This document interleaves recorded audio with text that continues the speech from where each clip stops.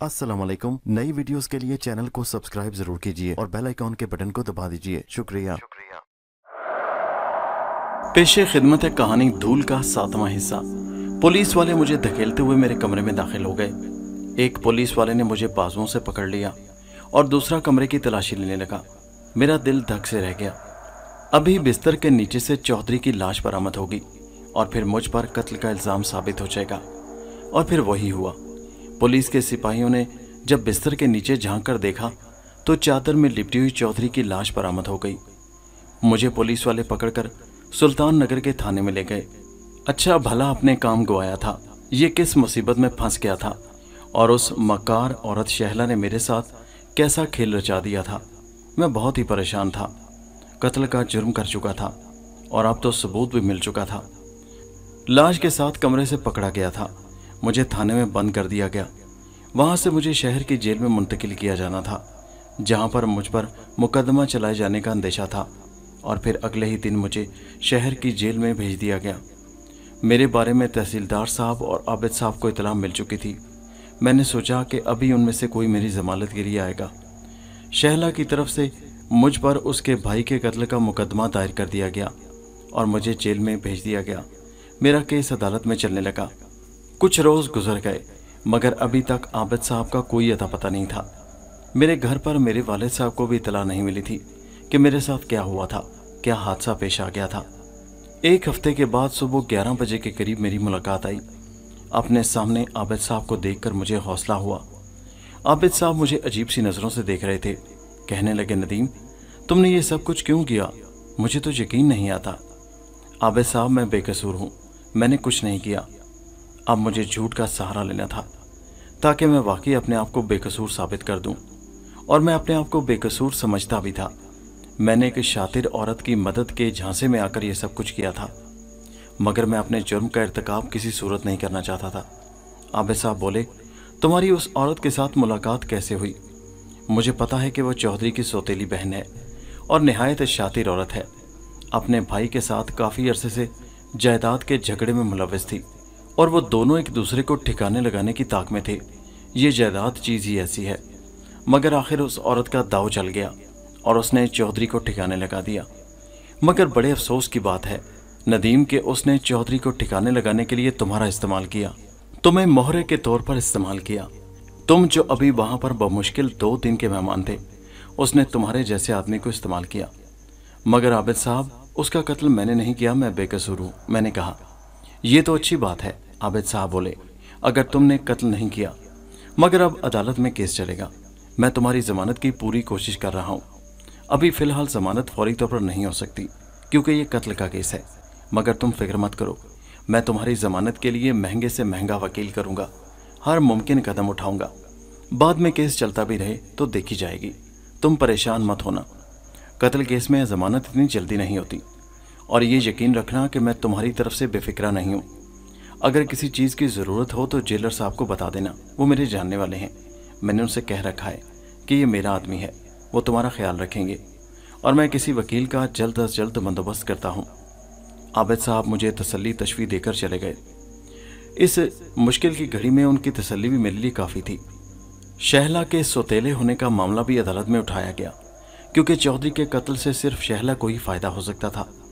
मेरा चौधरी से बराह रास्त कोई ताल्लुक वास्ता या दुश्मनी नहीं थी, इसलिए मुझे उसे कत्ल करने का क्या फ़ायदा हासिल हो सकता था।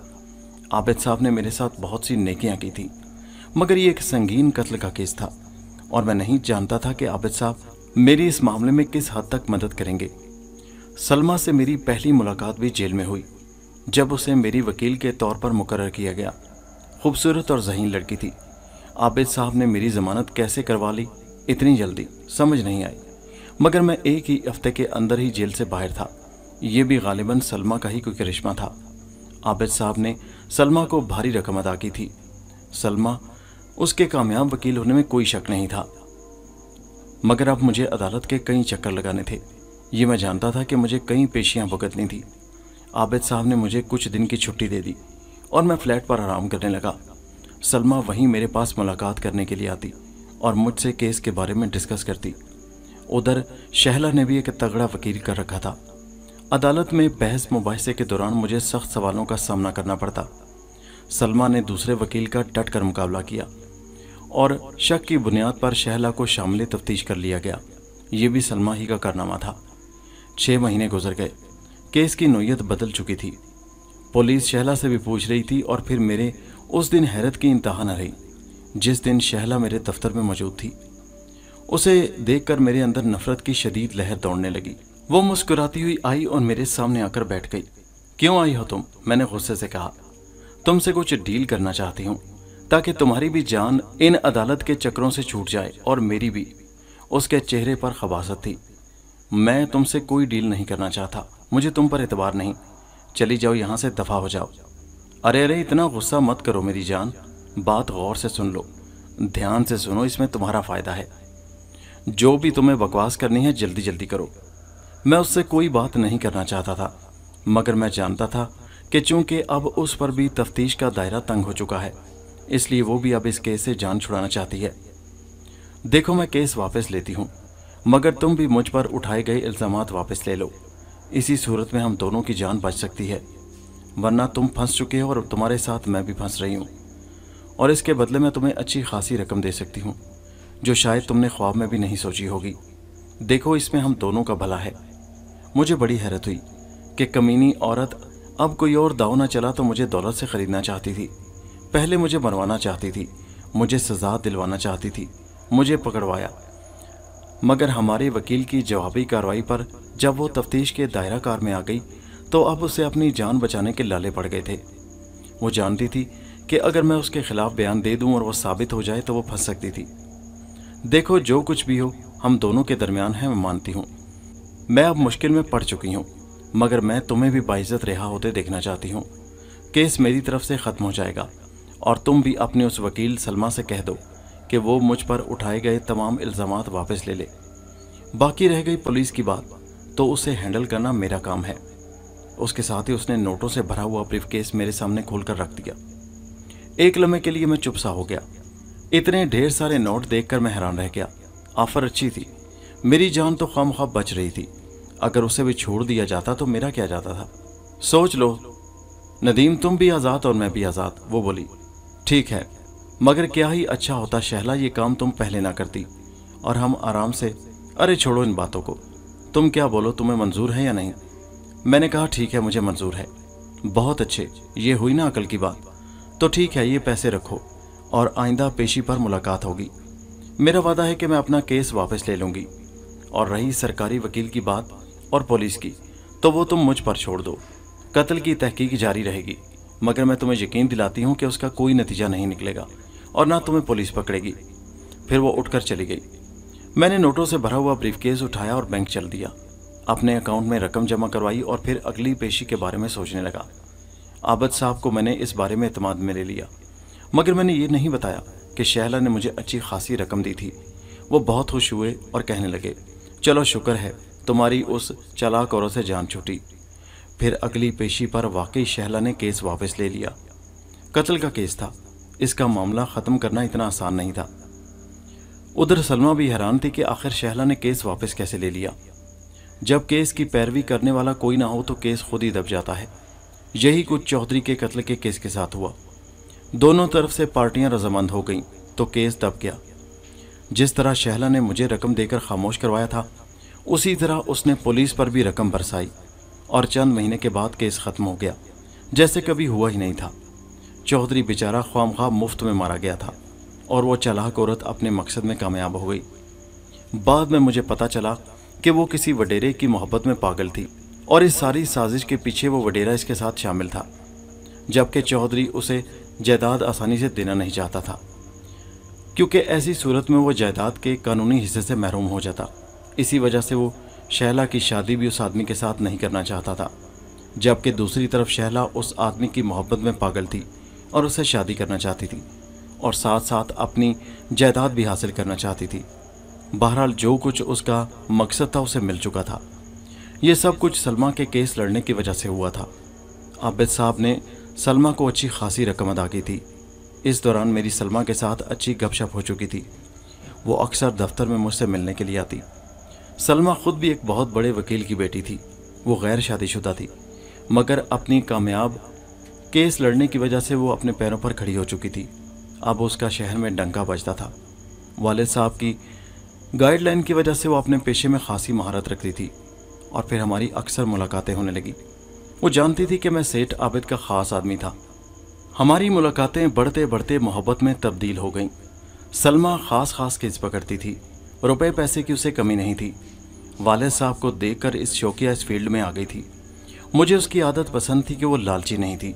अक्सर औकात औरतों के हकूक़ पर लेक्चर देती, उनकी महरूमियों और उनकी मजलूमियत पर उनके हक़ में बहस मुबाहिसा करती रहती। उसने कभी चौधरी के कत्ल वाली बात नहीं दोहराई थी। मैं दिल से उसका मोतक़िद था। उसने नहायत पेशा वाराना तरीके से मेरा केस लड़ा था। आखिर हम कब तक यूं ही मिलते रहते। एक दिन मैंने उससे कहा और वो मेरी बात सुनते ही खिलखिला कर हंसी और बोली, जब तक तुम चाहो। क्या मतलब? मैंने चौंक कर उसे देखा। अरे बुद्धू, जब तुम आगे बढ़ने की बात नहीं कर रहे तो मैं क्या करूं? मैं तो औरत ज़ात हूं। ये तो तुम्हारा काम है कि आगे बढ़ो। दिल की बात दिल खोल कर करो। कैसे नाकाम और शर्मीले आशिक हो। उसकी बात सुनकर मेरा चेहरा खुशी से दमकने लगा। तो फिर क्या ख्याल है, तुम्हारे अब्बू से मुलाकात की जाए? हाँ, क्यों नहीं। वो सर झुकाए अपने दोनों हाथों से खेलने लगी। और फिर उसी शाम मैं सलमा के घर पर मौजूद था। उसके वालिद साहब बड़े हलीम मिजाज और अच्छे इंसान थे। बड़े पुरतकपाक अंदाज में मिले। ये मेरी उनसे पहली मुलाकात थी और पहली मुलाकात ही में मैं बन ठन कर उनके सामने गया था ताकि मेरा पहला इम्प्रेशन ही उन पर अच्छा पड़े। वो मुझे तारीफ़ी नज़रों से देख रहे थे। शायद उन्हें बेटी की पसंद आ गई थी। बाद में सलमा ने मुझे बताया कि उसके अब्बू ने मुझे बेहद पसंद किया और वैसे भी सलमा की शादी ख़ास उसी की पसंद या नापसंद का मामला था। उसके वालिद सलमा के दोस्त भी थे और उन्होंने ये मामला उसी पर छोड़ रखा था। वो ऐसे वालिद नहीं थे जो बच्चों पर अपनी मर्जी ठोंसते थे, क्योंकि वो जानते भी थे कि उनकी बेटी अक्लमंद है और किसी गलत आदमी को अपने लिए मुंतखब नहीं करेगी। कुछ अरसे बाद सलमा ने मुझसे कहा कि मेरे अब्बू से बात करके शादी की तारीख तय कर लो, मगर इससे पहले बेहतर होगा कि तुम्हारे वालिद साहब मेरे अब्बू से मिलने आए। मैंने उसे बताया कि मेरे वालिद साहब बीमार हैं, गांव में रहते हैं, वो शहर नहीं आ सकते और शादी के मामलात में मैं खुद मुख्तार हूँ, इसलिए तुम्हें परेशान होने की ज़रूरत नहीं। बाकी अगर मेरे बारे में कुछ उन्होंने पता करवाना है तो मैं अपने गांव का पता दिए देता हूँ, अपने ख़ानदान के बारे में भी बता देता हूँ। फिर मैंने गांव और अपने ख़ानदान का पता उन्हें दे दिया। कुछ दिन बाद सलमा के पुरजोर इसरार पर मैं उसके घर गया। उसके वालिद साहब पहले से भी ज़्यादा गर्मजोशी से मुझे मिले। शायद उन्होंने मेरी पूरी रिपोर्ट ले ली थी, मेरी पड़ताल करवाई थी। वो मेरी हकीकत जान चुके थे कि मैं वाकई एक बड़े ज़मींदार का बेटा था, जद्दी पुश्ती रईस था। कहने लगे, बेटा सलमा मेरी इकलौती बेटी है, अक्लमंद है, ज़हीन है, पढ़ी लिखी है। मुझे कुछ कहने की ज़रूरत नहीं। मैं जानता हूँ कि इसने अपने लिए अच्छा ही इंतखाब किया होगा, मगर फिर भी कुछ बातें बेटी के बाप होने की हैसियत से पूछना मेरा हक है। वो धीमे अंदाज में बोले, जी अंकल, आप बिल्कुल ज़रूर पूछिए। मैंने अदब से कहा, बेटा शादी के बाद इसे तुम कहाँ रखोगे? अंकल, यहाँ मेरे पास एक मुस्तकिल रिहायशी फ्लैट मौजूद है। वो बोले, वो तो तुम्हें नौकरी की वजह से मिला है। जी अंकल, लेकिन ऐसी कोई बात नहीं। अगर आप चाहते हैं कि मैं अपना फ्लैट ख़रीद लूँ तो ये मेरे लिए कोई मुश्किल काम नहीं। और रही जायदाद की बात, तो मेरी गांव में बहुत सारी जायदाद है। मैं चाहूँ तो इस शहर में बड़े से बड़ा बंगला और घर खरीद सकता हूँ। ठीक है बेटा, मेरी बात से वो मुतमईन हो गए। और दूसरी बात यह है कि मैं हमेशा यही चाहूँगा कि तुम दोनों मिलकर रहो, प्यार मोहब्बत और इत्तेफाक से। छोटे मोटे झगड़े तो हर मियाँ बीवी में हो जाते हैं, मगर मुझे उम्मीद है कि अगर तुम दोनों के दरमियान कोई ऐसी बात हो तो तुम दोनों पढ़े लिखे हो, अपनी ज़िंदगी के मसाइल को अच्छी तरह हल कर लोगे। जी अंकल, मैं आपकी बात समझता हूँ, मैंने कहा। फिर उसके वालिद बोले, मैं नहीं चाहता कि कोई बहुत बड़ी तकरीब हो, किसी छोटे से होटल में निकाह और साथ ही रुखसती का फंक्शन अरेंज कर दिया जाए। उसके वालिद ने जैसे मेरे दिल की बात कह दी। मैं दिल ही दिल में खुश था कि चलो सारे मामलात हल हो गए। और फिर एक छोटी सी तकरीब में मेरा सलमा के साथ निकाह हो गया और वो रुखसत होकर मेरे फ्लैट में आ गई। सलमा मेरी अच्छी बीवी साबित हुई। वो हर लिहाज से मेरे साथ ताउन करती। उसने केस लड़ने भी कम कर दिए थे। ज़िंदगी अच्छी डगर पर चलने लगी थी। एक दिन मैं अपने दफ्तर में बैठा था कि मुझे मेरे चपरासी ने इतला दी कि कोई आदमी मुझसे मिलने आया है। मैंने कहा, कोई नाम वगैरह? जी साहब जी, नाम नहीं बताया। ठीक है, उसे मेरे दफ्तर में भेज दो। थोड़ी देर बाद वो शख्स अंदर दाखिल हुआ तो मैं उसे देखकर हक्का बक्का रह गया।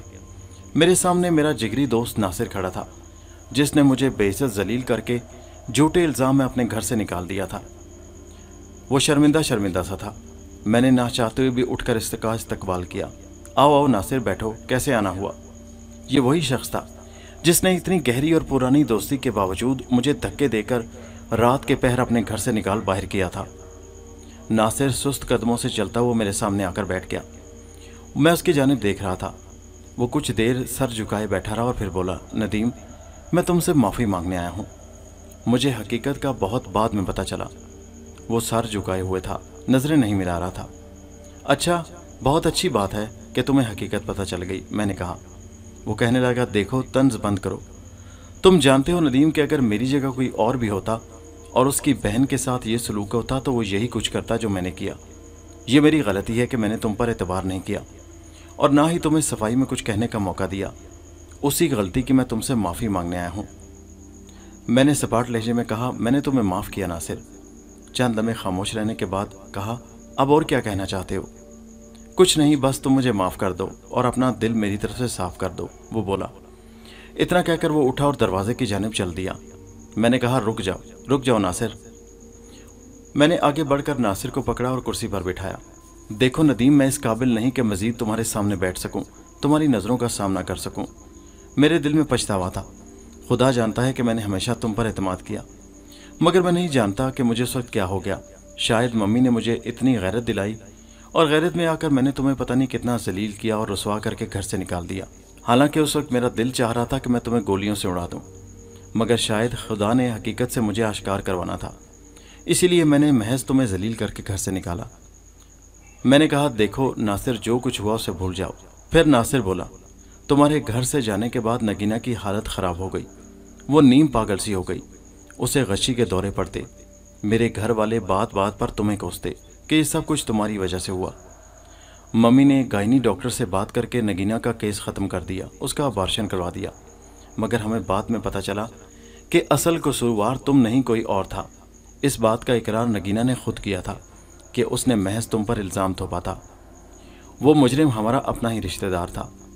इसमें सारी गलती उसकी भी नहीं थी, बल्कि गलती नगीना की भी थी। नगीना ने उसके साथ मोहब्बत की पींगें बढ़ाई और फिर नतीजा तुम्हारे सामने है। हमारी बहन है, अब हम उसे जान से तो मार नहीं सकते थे। हमने उसका रिश्ता ढूंढ कर एक लड़के से कर दिया। लड़का हमारी बरादरी का नहीं और ना ही हमारी हैसियत का है, मगर नगीना की वजह से हम पर जो बदनामी का दाग लग चुका था, अब उसे मज़ीद हम घर में नहीं रख सकते थे।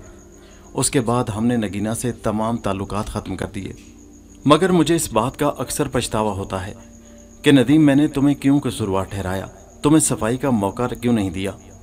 मैं 2-3 बार पहले भी तुम्हारे दफ्तर में आ चुका हूँ, मगर तुम यहाँ नहीं मिले, मुझे तुमसे मुलाकात ना हो सकी। मैंने कहा, अच्छा नासिर, छोड़ो ये सारी बातें, बताओ चाय पियोगे या ठंडा? कहने लगा, नहीं नदीम, मैं कुछ नहीं पीऊँगा, बस तुम मुझे एक बार माफ़ कर दो, दिल से माफ़ कर दो। अरे भाई, मैंने तुम्हें माफ़ कर दिया। नहीं नदीम, मैं तुम्हारे सामने बैठने के लायक नहीं। जब तक तुम मेरे घर नहीं आओगे मैं समझूंगा तुमने मुझे माफ़ नहीं किया। वो मिन्नत भरे लहजे में बोला, देखो नासिर, मैं तुम्हारे घर ज़रूर आऊँगा, मगर सिर्फ तुमसे मिलने के लिए, रहने के लिए नहीं आ सकता, क्योंकि मेरा अपना फ्लैट है जिसमें मैं रहता हूँ। ठीक है नदीम, मैं तुम्हारा अपने घर पर इंतज़ार करूँगा, उसने कहा। मैंने नासिर को चाय के लिए रोकने की बहुत कोशिश की, मगर वो रुका नहीं और फिर चला गया। उन्हीं दिनों मुझे सलमा की तरफ से खुशखबरी मिली कि मैं बाप बनने वाला था। सलमा को मैंने घर के काम काज करने से रोक दिया और नौकरानी की तलाश करने लगा। फ्लैट में कई औरतें काम करने के लिए आती, मगर मैं उनमें से किसी का इंतखाब ना कर सका। मैं ज़्यादा कुछ जानता नहीं था। मैं अनजान औरत को काम पर रखना नहीं चाहता था। हमारी एक जानने वाली कलसूम खाला थी, बूढ़ी औरत थी बेचारी, कई फ्लैट्स में काम करती थी। एक दिन मेरा खाला कलसूम से आमना सामना हो गया। मैंने खाला से कहा, खाला अगर आप हमारे घर। कहने लगी, बेटा मैं तो बहुत सी जगहों पर काम करती हूँ, इसलिए मेरे पास वक्त नहीं होता। हाँ अगर कहो तो मेरी एक जानने वाली लड़की है, एतबार की है, उसे तुम्हारे घर भेज दूँगी, हमारे मोहल्ले में रहती है, कुछ अरसा हुआ आई है, मगर मैं उसे जानती हूँ। उसे काम की ज़रूरत है, उसका मियाँ नशा करता है, खाते पीते घराने की है, मगर बेचारी की किस्मत ख़राब है। अगर तुम कहो मियाँ तो कल मैं उसे तुम्हारे घर छोड़ जाऊँ। मैंने कहा ठीक है खाला, आप मेरी बेगम से बात कर लें, मामलात वगैरह मेरी बेगम से ही तय कर लीजिएगा, वो तनख्वाह वगैरह भी बता देगी। ठीक है बेटा। इतना कहकर खाला चली गई और मैं दफ्तर की जानिब चल पड़ा। खाला बोलना शुरू होती तो नॉन स्टॉप बोलती चली जाती, इसीलिए मैं जल्दी जान छुड़ाकर भाग गया था। अगले दिन मैं सुबह दफ्तर जाने के लिए तैयार हो रहा था कि दरवाजे पर दस्तक हुई। मैंने उठकर दरवाज़ा खोला। सलमा किचन में नाश्ता बना रही थी। मुझे अच्छा नहीं लगता था कि वो काम करे, मगर वो कहती थी कि अभी तो बहुत देर है, आप मुझे अभी से निकम्मा बना रहे हैं। मैंने कहा, अरे भाई, मैं अपने बच्चे को तंग नहीं करना चाहता। मैंने शरारत से कहा तो वो झिंक गई, लेकिन अभी नौकरानी नहीं थी, इसीलिए सलमा ही नाश्ता बना रही थी। मैं चाहता था कि अभी से नौकरानी आ जाए। मैंने दरवाज़ा खोला तो सामने खाला कुलसूम खड़ी थी और उनके पीछे कोई लड़की दुपट्टा ओढ़े खड़ी थी। बेटा, तुमने नौकरानी का कहा था तो मैं उस लड़की को ले आई हूँ। अरे अरे, बहुत बहुत शुक्रिया खाला, आ जाइए, अंदर आइए। खाला अंदर दाखिल हो गई। अरे भाई, तुम भी आ जाओ, खाला ने पीछे खड़ी हुई लड़की से कहा। मैं रास्ते से हट गया। वो लड़की भी खाला के पीछे अंदर दाखिल हो गई, मगर जूं ही लड़की अंदर दाखिल हुई, उस पर नज़र पड़ते ही जैसे मैं पत्थर का बुत बनकर रह गया। माजी की सारी तलख यादें मेरी निगाहों के आगे घूम गईं। खाला कुलसूम के पीछे अंदर दाखिल होने वाली लड़की मेरे चचा की बेटी नायला थी। दोस्तों, ये कहानी जारी है। इसका अगला हिस्सा नेक्स्ट वीडियो में मुलाहिजा कीजिए, जिसका लिंक इसी वीडियो के नीचे डिस्क्रिप्शन में मौजूद है। नीचे कमेंट में अपने ख्यालात का इजहार ज़रूर कीजिए और हमारे चैनल हैदर वॉइस को सब्सक्राइब ज़रूर कीजिए। शुक्रिया।